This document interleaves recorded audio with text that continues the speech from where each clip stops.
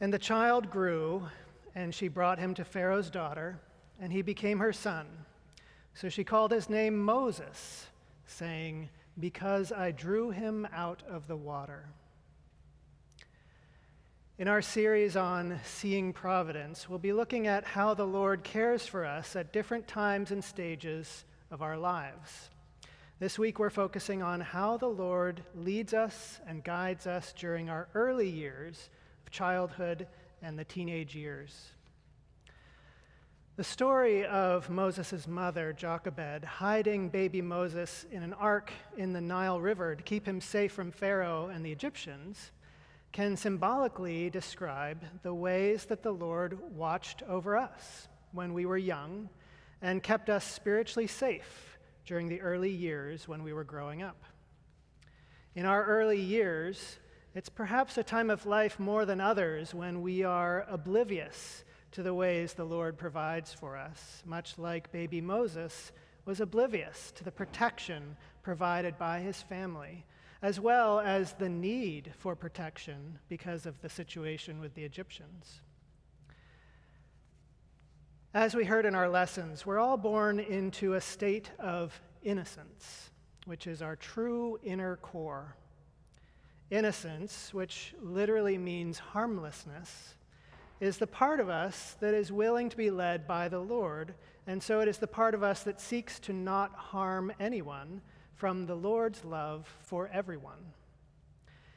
And even though true innocence requires maturity and wisdom, we're all still born into the potential for angelic innocence, since, as the writings tell us, everyone is born for heaven.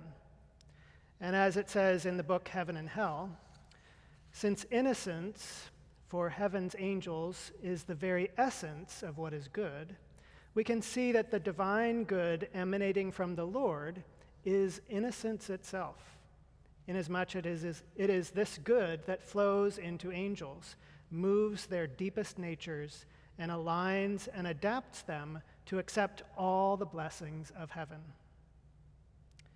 Much the same happens with infants, whose deeper natures are not only formed by the passage of innocence from the Lord, but are also constantly adapted and aligned to accept the good of heavenly love, because the good of innocence acts from deep within, being, as already noted, the very essence of all good. As we heard in our recitation, the kingdom of God can be seen in the states of our early childhood. And so there's a part of us from the very beginning of our lives that is created in the image of God, the image of goodness and truth. In our early years, through the Lord's providence, we were introduced into more and more conscious experiences of goodness and truth through the care of our families, friends, and mentors. Whenever we had experiences of love as we were growing up, those experiences were stored away by the Lord in our inner core as what are called in the writings remnants or remains, remnants of goodness and truth, hints of the heaven that the Lord is leading us to. But, of course, evil spirits want to destroy anything good and true in us, just as Pharaoh and the Egyptians sought to destroy the children of Israel. And so one of the goals of the Lord's providence is to protect those remnants of goodness and truth and the innocence of our early years, just as Jochebed sought to protect baby Moses. But how can something so precious, so vulnerable, and so seemingly weak be protected in the face of the powers of hell in our lives? The answer might seem somewhat counterintuitive. Jochebed hid baby Moses in a basket in one of the largest rivers on the planet. That would not necessarily have been the first idea that came to my mind. And yet, symbolically, this describes how the Lord protects our own inner child as well as we're growing up. We might be inclined to identify with Moses in this story, but the writings tell us that we are actually the ark with Moses inside. Moses symbolizes the beginnings of goodness and truth in our internals, but the ark symbolizes our externals. And the external of the ark was actually not very pleasant. It was covered with asphalt and pitch, or black, sticky tar, to waterproof the ark. The writings tell us that this asphalt and pitch represents the evils and falsities that are part of our external nature as we grow up. And the Nile River itself, which the ark was placed in, represents falsity, the reeds of the river representing false factual knowledge. If we think about it, this describes our early years pretty well. Even though innocence is at our core when we are young, our externals are full of bad habits and false information. I'm going to hazard a guess that every one of us threw at least one temper tantrum when we were young. Those temper tantrums and bad habits are like the sticky tar covering the Ark of Moses. Not pleasant, and yet, through the watchful eyes of providence, we can know that there is something precious being preserved inside.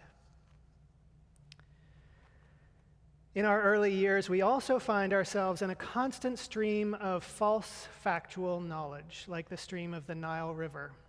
When we look back on our own childhoods, or when we witness the childhood of a loved one, we can recognize that most of what we think and say in our early years is not completely true.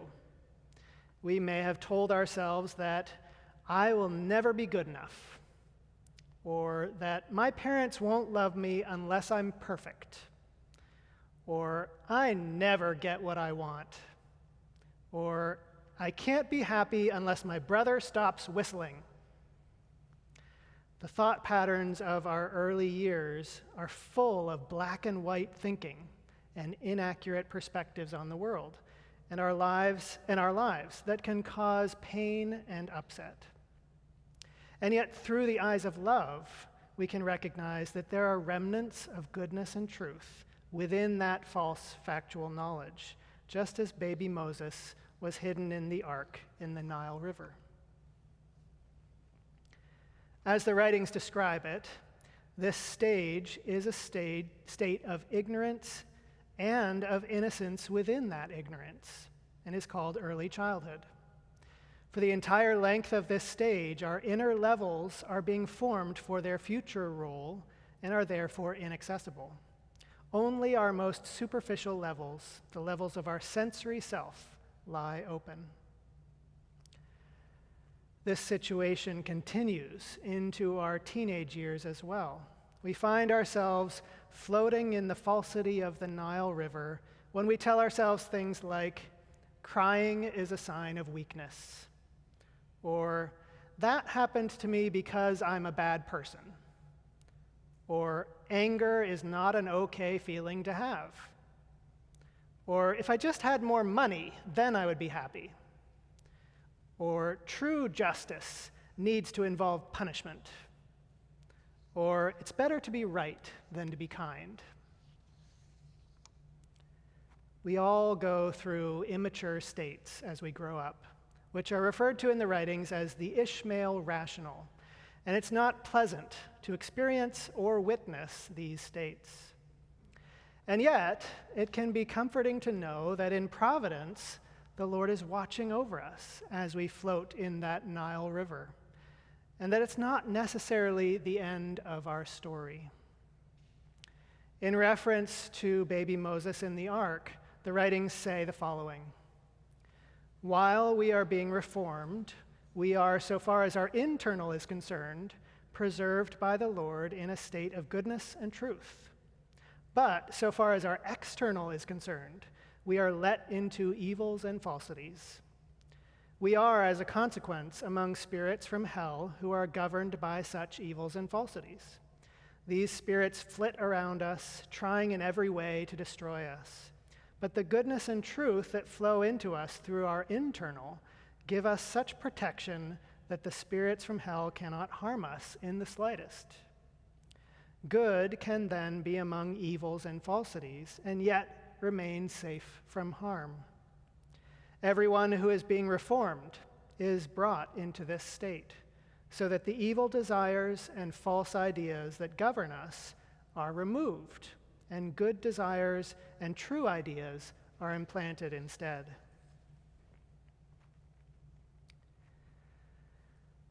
The Lord's providential care for us in our early years can also be seen in the character of Miriam, Moses' sister. We can imagine that Moses' mother, Jochebed, may have asked Miriam to keep an eye on him, just as the Lord employs angels to watch over us. Angels from the Lord lead and protect a person, doing so every instant and every fraction of an instant. And yet we are primarily unaware of this angelic protection, just as baby Moses may not have been aware of the presence of Miriam. I like to think that perhaps Miriam spoke gently to Moses to try to reassure him that he was safe, even though he couldn't see her. Similarly, we can't see the presence of angels, but we might occasionally hear their sweet, comforting words in our hearts. We might even look back on childhood years and think how fortunate we were in something that felt lucky, not realizing at the time that there was an angelic Miriam watching over us. It is amazing how the Lord's providence protects us in our early years, just as it was amazing that baby Moses was protected in the ark in the Nile River. And yet, Moses couldn't stay in that ark forever. At some point, he was going to need to come out. Similarly, we need to go through a process in which the remnant goodness and truth in our internals comes out into our externals as well. But that process can be just as scary for us as it might have felt for Moses and his family. It can feel vulnerable to open up to the inner child that the Lord has been preserving through our early years. It takes just the right environments to create the safety needed for that kind of spiritual growth, in which we open up the ark of our lives. And those environments are provided by the character of Pharaoh's daughter in this story. Pharaoh's daughter represents an affection for factual knowledge. Another way to say that is that she represents the state of curiosity. She's described in the writings as representing our eagerness to know. Think of how providential it is that the Lord provided us with a natural curiosity as we were growing up, just as it was providential that Pharaoh's daughter found Moses in the ark. That eagerness to know something, which occurs naturally in children, is what can begin to create the environment needed for us to learn truths from the Lord's word, which will help us become the angels we were born to be. Without curiosity, we would have a hard time learning truths that can lead us to the good of life. Without Pharaoh's daughter, Moses would never have become the leader that he became. Pharaoh's daughter also represents compassion. From Secrets of Heaven, for when anyone looks with charity on someone in distress, as Pharaoh's daughter does here on the child crying in the box made of rush, a feeling of compassion is aroused. And since the feeling is stirred by the Lord, it is an alerting by him. Indeed, when people who are perceptive have feelings of compassion, they know that they are being alerted by the Lord to offer help. Whether we experience the feeling of compassion in ourselves or whether we experience the compassion of others for us, this is a really important state in our spiritual lives, which can create the safety needed for us to connect with the innocence at our core. Compassion is what allows us to look past the bad habits and false ideas of our externals, or another person's externals, the ark, to the remnant goodness and truth at the core of each one of us, baby Moses. Without compassion, our true selves often remain hidden under the unpleasant externals of life, floating in false factual knowledge. What an amazing act of providence that the Lord can stir feelings of compassion in us even at an early age. Pharaoh's daughter called the baby in the ark Moses, which means drawn out. In the Lord's providence, our true self can survive the bad habits and false ideas of childhood. The Lord is watching over us during that time of our life and keeping remnant states of goodness and truth in us safe from the hells. And with the blessings of the Lord providing us with natural states of curiosity and compassion, our true self can begin to be drawn out as we grow up, just as Pharaoh's daughter drew Moses out of the ark in the water. We can be drawn out of perfectionism.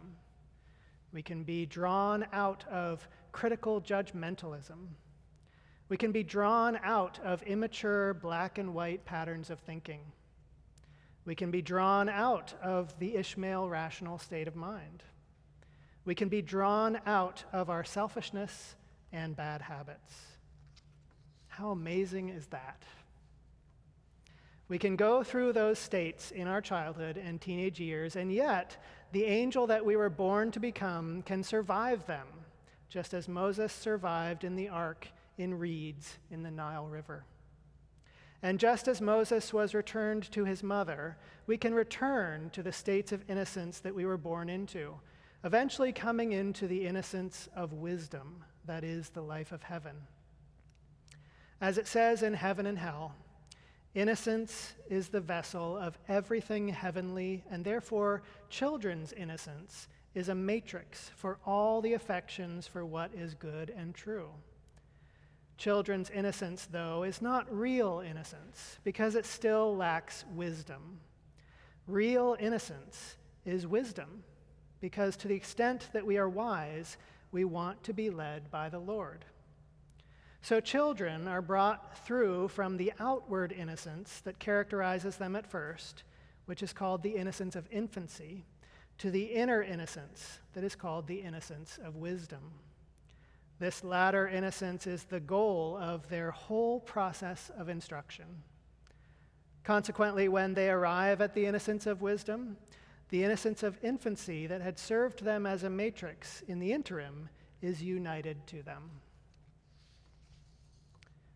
This is how the Lord provides for us in our early years.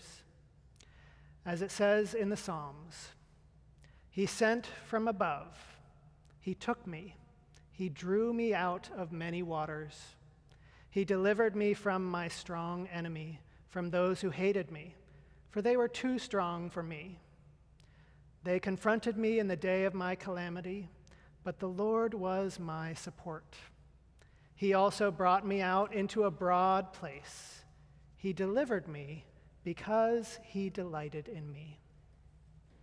Amen.